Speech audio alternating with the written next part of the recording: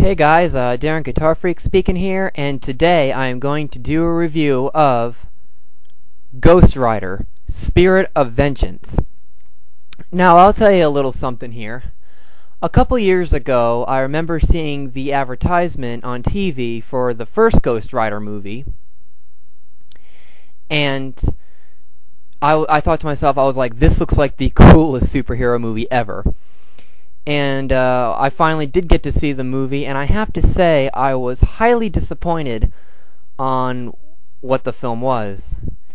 Yeah, I was. And I think because of its slow pace, not really going anywhere kind of direction that the film had took, yeah, I was disappointed.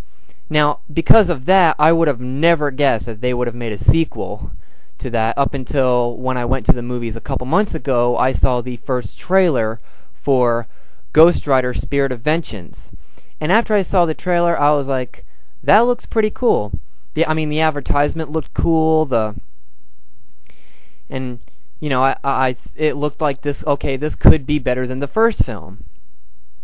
Well, I finally got to see it in the theaters just recently, and I have to say, I will say this to start out with. It is a mixed bag for me. I will tell you some of the things I did like and some of the things I didn't like. Did I think this film was better than the original? Yeah, I did. Honestly, here's what it was. I love Nicolas Cage. I think he is a really good actor. I like his movies. Recently he hasn't been in too many good ones, and I know most people would agree. But his older movies, I think, are really good. And yes, he did do a very good job in this movie as Johnny Blaze. So I thought he did a better job in this movie than he did in the previous movie, in the first Ghost Rider movie. And not just him, but all the other characters in the movie I actually thought were pretty cool. They were likable, but I don't think you really care for them as much as the filmmakers want you to. But yeah, the characters were good. And I like the special effects. I thought the special effects in this movie were a lot better than they were in the first movie. And the action sequences I thought were better in this movie than they were in the first movie. I thought this one even had more action in it than the first movie. So yeah, those are the things that I actually liked about this one better than the first movie. The most thing I didn't really like was the plot. Just didn't really care for the plot that much, really.